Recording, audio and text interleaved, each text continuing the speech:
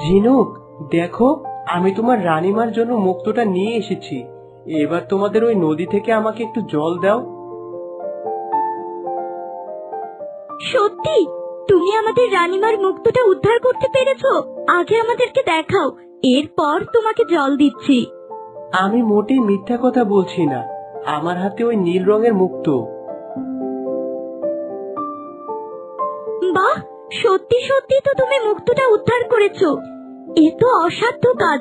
অনেক মানুষই মুক্তো উদ্ধার করতে গিয়ে মরে গেছে, আর তুমি কিনা সামান্য পাখি হয়েও মুক্তোটা উদ্ধার করতে পেরেছো। আমি তো আমার কথা রেখেছি, এবার তুমি তোমাদের কথা রাখো। নাও, এই নদী থেকে যত খুশি জল নিয়ে যাও, তোমাকে কেউ কিছুই বলবে না। আজকে থেকে তুমি আমাদের অতিথি। যে কোনো বিপদে আমাদের স্মরণ করলেই আমরা সব ঝিনুকেরা তোমায় সাহায্য করব।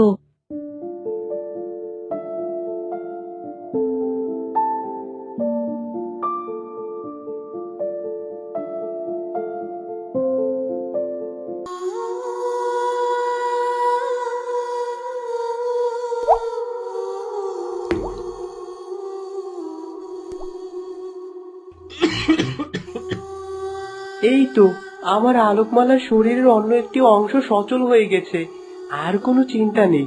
আরেকটি মাত্র নদী আছে, যার পানি পান করালে আমার আলোকমালা সম্পূর্ণরূপে সুস্থ হয়ে উঠবে। এক মুহূর্ত দেরি নয়, আমি এখনই সাধু বাবার কাছে গিয়ে সবটা খুলে বলি।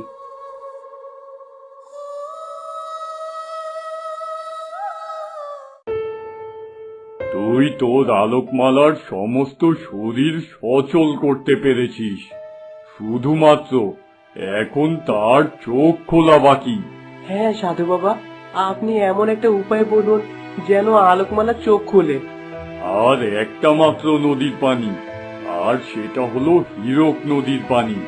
হীরক নদীর পানি পান করার সাথে সাথে তোর আলোকমালা চোখ খুলবে, তার চোখের দৃষ্টি চলে আসবে। ঠিক আছে সাধু বাবা, আমি না হয় আর একটু কষ্ট করলাম। আমি আলোকমালার জন্য এখনই হীরক নদী থেকে জল নিয়ে আসছি।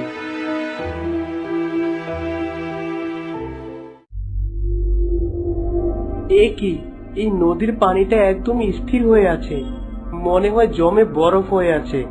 নদীর বরফগুলো দেখতে একেবারে হীরার মতো। যাই, আমি বরং নদীটার উপর দিয়ে প্রাসাদের ভিতরে যাই। জানি না আর কত বছর আমাকে এভাবে বসে বসে অপেক্ষা করতে হবে। আমার শরীরে অজানা রোগ হয়েছে, কেউ আমার কাছে